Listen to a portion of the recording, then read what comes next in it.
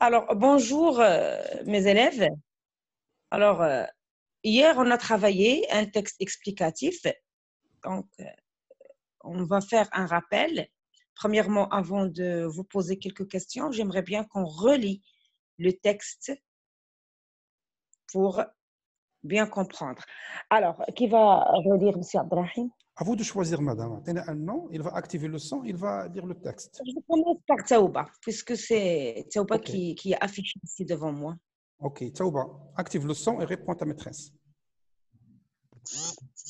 Oui. Voilà.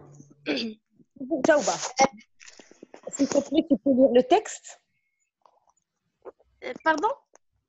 Est-ce que tu peux lire le texte? Oui. Alors, tu relis.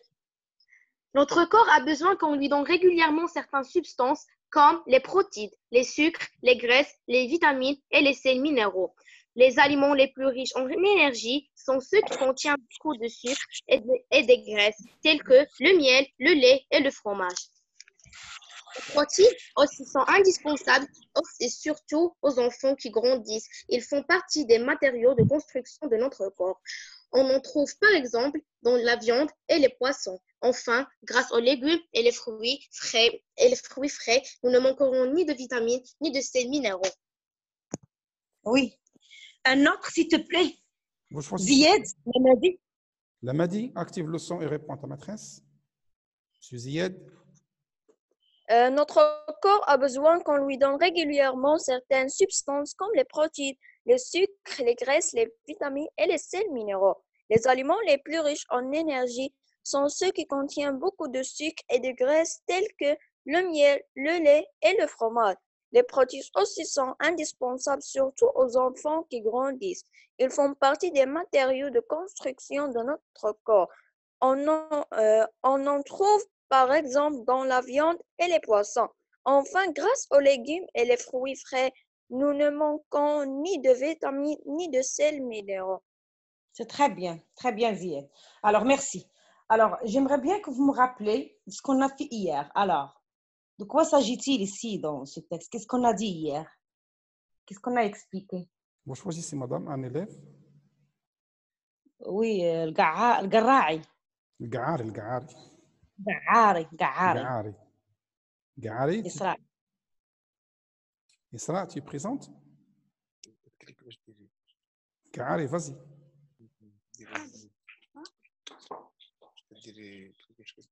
Qari, il n'est pas présente, vous choisissez un autre. Halloum Abdallah. Halloum. On a expliqué l'alimentation. Très bien. Équilibrée et saine. Très bien. On a travaillé un texte explicatif qui parle de l'alimentation qui est équilibrée et saine. C'est très bien. Alors, oui. Alors, on a dit que on a travaillé un texte explicatif. Alors, qui peut me rappeler, qu'est-ce qu'un texte explicatif? Maîtresse. Non, on ne dit pas maîtresse, on ne lève pas son doigt, c'est la maîtresse qui va choisir. Oui, Salbati. Salbati. Le texte explicatif, il nous donne des explications en justifiant. Très bien, Salbati, bravo. Donc, un texte explicatif, c'est un texte où on donne des explications, mais en donnant des justifications. Comment on donne les justifications? Comment on justifie? Oui, Abdelrahman? On justifie. Oui, Salbati, oui. Oui, Salbati.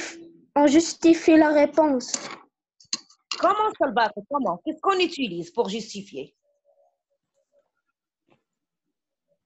Oui? On utilise quel procédé? Oui, Abdelrahman? On utilise des mots qui nous expriment la cause. Très bien, on utilise la cause. C'est très bien, Abdelrahman. On utilise la cause. On répond à la question pourquoi. Très bien. Donc, on utilise la cause. C'est très bien. Alors, oui, qui d'autre? Qui peut me donner d'autres informations sur le texte explicatif?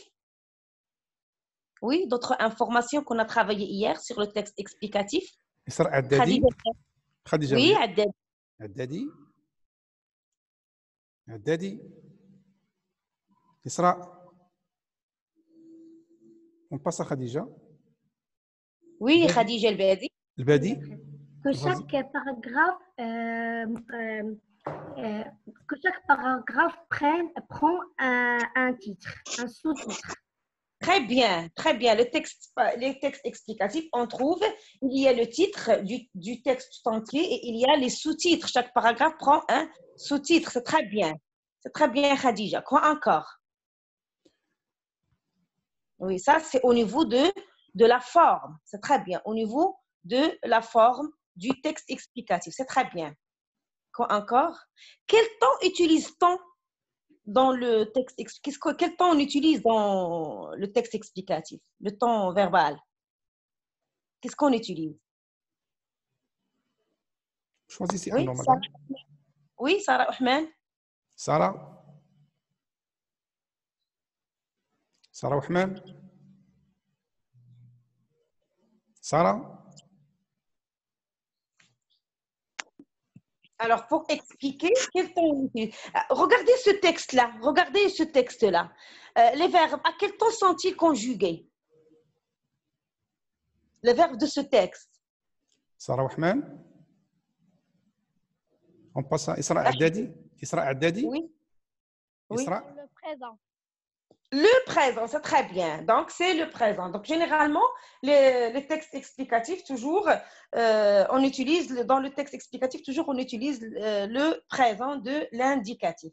C'est très bien. Alors, pour ne pas perdre le temps, je vais faire un petit rappel. On a dit hier que le texte explicatif consiste à donner des informations organisées, et je souligne sur organisées, dans un domaine particulier de la connaissance. Quand je parle d'un domaine particulier de la connaissance, je parle de la biologie, ça veut dire je parle des sciences, je parle de la biologie, je parle de l'histoire, de la géographie, hein, pour faire comprendre un fait. Donc, est-ce que c'est clair? Et on trouve le texte explicatif. On le trouve. C'est-à-dire, je parle ici du genre. Par exemple, le texte narratif, on le trouve dans les romans, dans les récits, dans les contes. Oui, mais pour le texte explicatif. Oui, le Ghzili. Zili. Le Ghzili. Vas-y, le Ghzili. On trouve des textes explicatifs dans des encyclopédies. Très bien. Elle est mentionnée ici dans ce texte, en bas du texte, il y a l'encyclopédie. C'est très bien. Dans les encyclopédies, quoi encore? Quoi encore? Ça, quand je parle ici du genre du texte, très bien. On a le type explicatif et son genre. Ça veut dire, on le trouve dans les encyclopédies. Quoi encore? Les livres scientifiques. Très bien, très bien. Les ouvrages scientifiques, c'est très bien.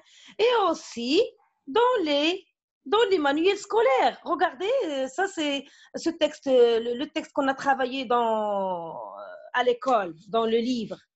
Donc ça c'est un manuel scolaire. Déjà on a travaillé un texte explicatif sous-titre, bien se nourrir pour bien vivre. Donc ça c'est dans les manuels scolaires. Et aussi dans la presse. Quand je parle de la presse, je parle de quoi? Qu'est-ce que la presse? Sarah Ahmed? Sarah Ahmed. Presse, je dis où on trouve le texte explicatif. Oui, avec plaisir, oui. Dans des journaux. Oui, très bien. Donc, Je parle de la presse, je parle du journal. Oui, c'est très bien. Je parle de l'Internet. C'est très bien, oui. Oui. Oui, très bien, Sarah. Oui, tu continues? Très bien, Sarah. Alors, qu'est-ce qu'on dit? Que on trouve le texte explicatif, ou bien on dit il est principalement présent dans les ouvrages scientifiques, les encyclopédies, les manuels scolaires et aussi dans la presse. C'est très bien, très bien. Alors, et regardez, je vais vous poser une question qui est très importante. Est-ce que dans le texte explicatif, on trouve les marques d'énonciation? On a déjà travaillé, j'ai déjà posé cette question en classe.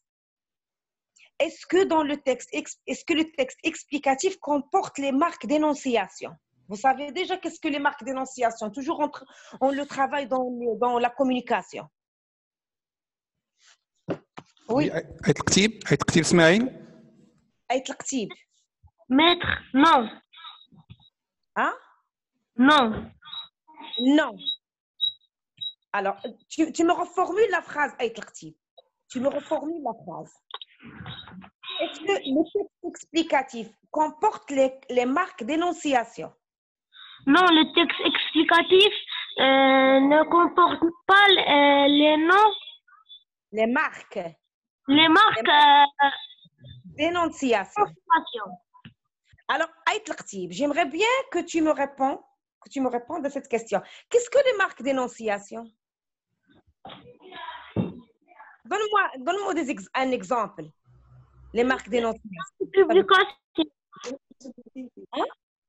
Ce sont les publications. Non, je ne parle pas de ça, Aït Laktib. Quand on fait la communication, toujours on parle d'une situation d'énonciation. Oui? Oui. Alors, quels sont les éléments de l'énonciation, d'une situation d'énonciation? Quoi? Qu'est-ce qu'on fait quand on a une situation devant nous? Toujours, je vous demande de situer la situation d'énonciation. Alors, vous parlez de quoi? On parle de quoi? On passe, madame. Oui. Bara, Ahmed Bara. Ahmed. Alors, votre camarade, il a dit, c'est correct, il a dit que le texte explicatif ne comporte pas les marques d'énonciation. Alors, le début de la... les marques d'énonciation, qu'est-ce que les marques d'énonciation? Donne-moi un exemple. Ahmed Bara. Un élément, un seul élément. Donne-moi seulement un seul élément. Ahmed Bara.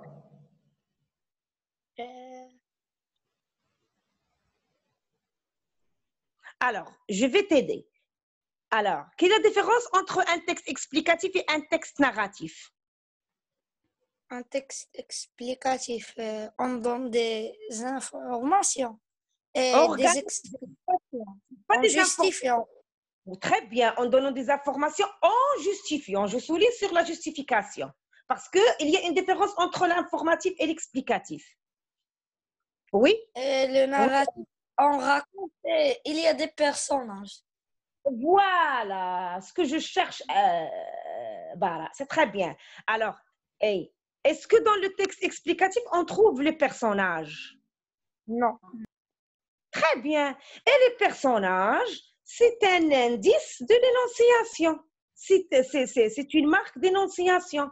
On a dit que l'énonciation, quand je parle de la situation d'énonciation, je parle des personnages, du lieu, du temps. Est-ce que c'est clair? Alors, tout ça, on le trouve pas dans un texte explicatif. C'est clair? Tu as compris Aït Laktib? Tu demandes à Aït Laktib est-ce qu'il a bien compris? Aït Laktib, tu as bien compris? Oui, maîtresse. Merci, monsieur. Alors, toujours quand vous entendez, toujours quand vous trouvez ou quand on parle de les marques de l'énonciation, je parle des personnages, du lieu, du temps, tout ce qu'on a travaillé, tout ce qu'on travaille dans la communication quand on a une situation d'énonciation devant nous. C'est clair? Alors, le texte explicatif ne comporte pas les marques d'énonciation. Il n'y a aucun indice de personne, par exemple. Est-ce qu'il y a des pronoms personnels? Non. Est-ce que c'est clair? Et aussi, il n'y a aucun jugement. On ne donne pas du jugement sur les faits. Voilà, ça c'est un résumé pour le texte explicatif. C'est très bien. Alors maintenant, on passe dans la question 3, je crois, monsieur Platon. Non, on a dépassé. Maintenant, on entame le lexique.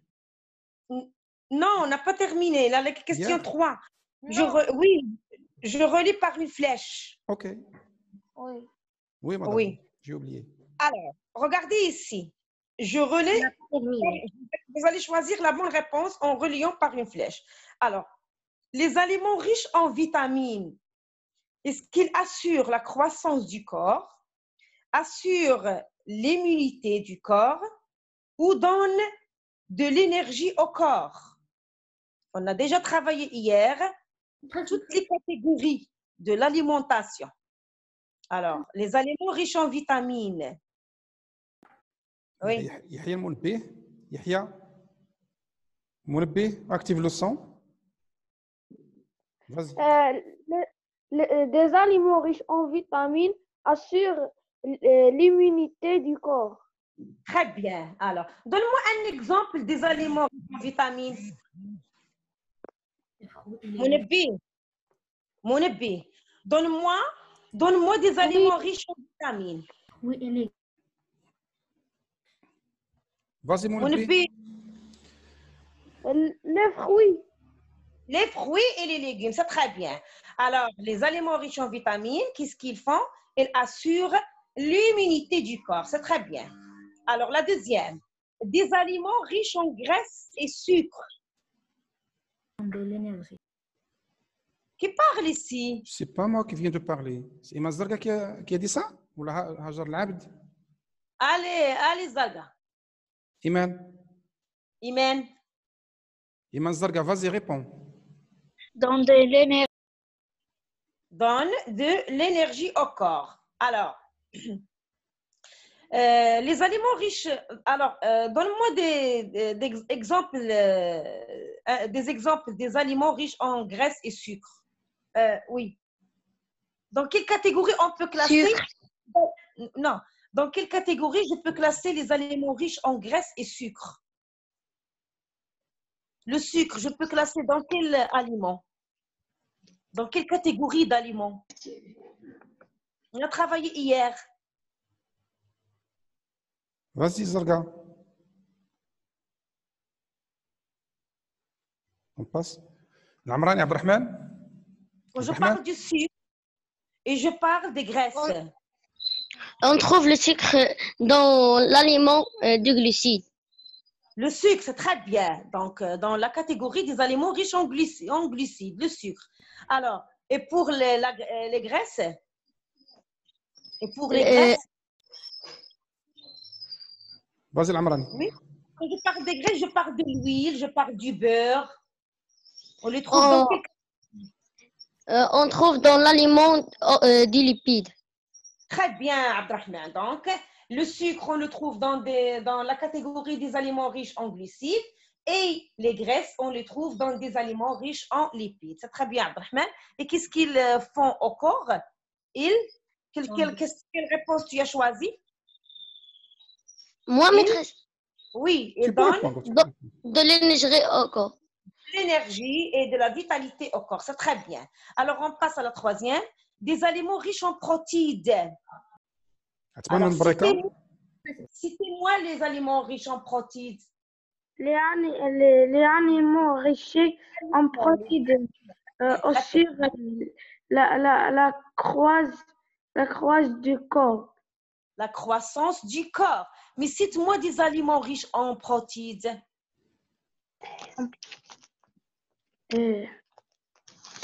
Vas-y, Atman. Donne-moi un exemple. Donne-moi un exemple des aliments riches en protides. Allouli, Ryan. Allouli. La viande. Très bien. Quoi encore? Le poisson. Le poisson. Les œufs. Les œufs. De lait, le fromage, etc. C'est très bien. Ce sont des aliments qui sont riches en protides. Alors, qu'est-ce qu'ils font au corps, les protides? Il assure la croissance du corps. Il assure la croissance du corps. C'est très bien. Donc, vous avez bien compris. Merci. Bravo. Alors, question. Que doit-on manger pour assurer une alimentation équilibrée à notre corps? Que doit-on manger pour assurer une alimentation équilibrée à notre corps? Mais avant de répondre à cette question, j'aimerais bien que vous répondez à une autre question. Pourquoi mangeons-nous? Pourquoi mangeons-nous? Boussaïd? Maîtresse. 13. Boussaïd. Boussaïd. Pourquoi mangeons-nous? Avant de répondre, avant de choisir qu'est-ce qu'on doit manger, alors premièrement, il faut savoir pourquoi mangeons-nous. Vas-y, Boussaïd. البصير Bsser, vas-y, Bsser. Pour, pour être en bonne santé. Très bien. Oui, pour être en bonne santé, on doit manger une alimentation qui est saine, variée et équilibrée. Mais pourquoi mangeons-nous? Oui. Et pour croissant. Pour? Et pour grandir. C'est très bien, le bsser. Pour grandir, c'est très bien. Ça, c'est une réponse. Qui d'autre? العميرة. Amira. Nous mangeons pour vivre. Pour vivre. Pour vivre. Oui, quoi encore? Hein? Pour Quoi? grandir. Grandir. Pour aider l'humanité. Comment on aide l'humanité? Quand on mange. Hein? Quand on mange, on aide l'humanité. Non. Voilà, tu as changé de look, l'Amira. Allez-y, oui. Oui, bravo, l'Amira, merci. Qui d'autre?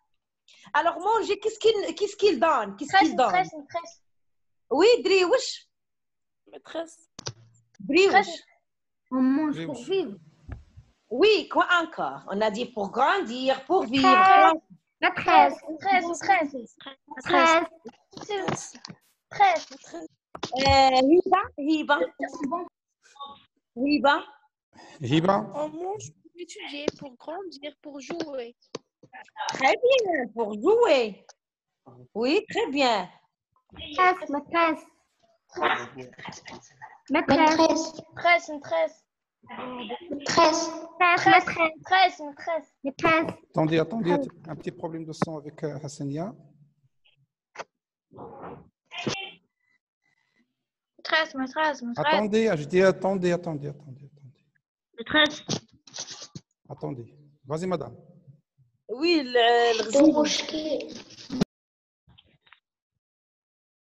L'Ghzili. Alors, pourquoi mangeons-nous? Maîtresse. L'Ghzili. Maîtresse. On a choisi quelqu'un. L'Ghzili. Pour renforcer notre système humanitaire. J'ai pas bien entendu, tu répètes? À haute voix. Pour renforcer notre système immunitaire. Oui, c'est très bien. Oui, c'est très bien. Maîtresse. Khadija? On mange pour avoir une bonne santé. Oui, pour être en bonne santé. Oui. 13. Lamadi. Pour avoir des os solides. Très bien, pour avoir des os solides, c'est très bien. L'hilawi. Rayhana. Pour avoir on mange pour être en bonne santé et pour nourrir tout notre corps, tous les aliments de notre corps. 13. Oui, très bien. Bouche, on arrête, on s'arrête. 13. Réfléchir. Ahbouch. On mange pour bien réfléchir. C'est très bien, oui. Alors, oui, on s'arrête ici. Vous allez écouter. Oui, c'est très bien, bravo. Alors, regardez ici. Alors, la question, pourquoi mangeons-nous? Alors, vous savez que manger donne des forces pour travailler. Quand on mange, on a des forces. Il nous donne la force pour travailler, pour jouer, pour courir, pour grandir et avoir des os solides, comme il a dit votre camarade Lemedi. Mais pour rester en bonne santé et avoir de la vitalité, donc il faut apporter à notre corps le carburant, alors, dont il a besoin. Alors, et la nourriture, c'est ce carburant. Alors, quand je dis que il faut apporter au corps le carburant, je compare notre corps à quoi? Voiture. Hein? La voiture. C'est très bien dit. Voilà, c'est la voiture. Alors, la voiture, il n'y a pas d'essence ou bien du gasoil, donc il ne peut pas marcher. Oui, alors tu ne peux pas circuler. Donc, tout le monde dans une voiture où il n'y a pas l'essence, où il n'y a pas le gasoil. C'est ça, c'est comme ça notre corps. Donc, le carburant pour l'homme, c'est la nourriture, c'est l'alimentation. C'est clair, mes chers élèves? Oui, madame. C'est Abdelrahim? Oui, tout le monde a compris. Alors maintenant, répondez-moi à la question. Que doit-on manger pour assurer une alimentation équilibrée à notre corps? Maîtresse. Oui. Maîtresse. Sarah Ahmed. Sarah, Pour avoir une bonne et parfaite santé, il faut manger un peu du tout. C'est par exemple, buvez suffisamment d'eau, mangez des féculents à chaque repas, limitez les sucres industriels et enfin, mangez rarement des produits laitiers. C'est très bien, Sarah. Très bien. C'est une très bonne réponse. Très bien. C'est très, très bien. Merci. Taouba? Taouba? Oui, maîtresse. Oui, tu peux répondre. On doit manger tout ce qui permet de fonctionner notre corps, tels que les vitamines, les protéines, les graisses et les sucres, ainsi qu'on doit manger tout ce qui fournit l'énergie et qui permet à notre corps de demeurer en vie. Très bien. Donc, vous arrivez facilement à me rédiger un texte explicatif. Bravo, mes chers élèves. Oui. Alors, qui d'autre? Qui d'autre? Je veux un garçon. Un garçon? Oui. Ryan Al-Allouli. Ryan. Ryan Al-Allouli. Quand on veut manger d'une manière équilibrée, on doit avoir les 4 catalogues des aliments. Catégorie des aliments. Les aliments riches en glucides, les aliments riches en protéines, les aliments riches en lipides et les aliments riches en vitamines. Car aucun aliment ne contient à lui seul tous les éléments indispensables à notre corps. C'est très bien, Ryan. Bravo. Bravo, mes chers élèves. Alors, très bien, pour ne pas perdre le temps, c'est très bien, bravo à tout le monde. Alors, ici, donc, je crois que il y a sûrement un plat que tu préfères. Oui, à tous les autres. Soit moi, soit n'importe qui. Donc, il y a sûrement un plat que nous préférons à tous les autres. Oui, mais le conseil que je vais vous donner, il ne faut pas l'abuser. Ça veut dire qu'il faut manger avec modération.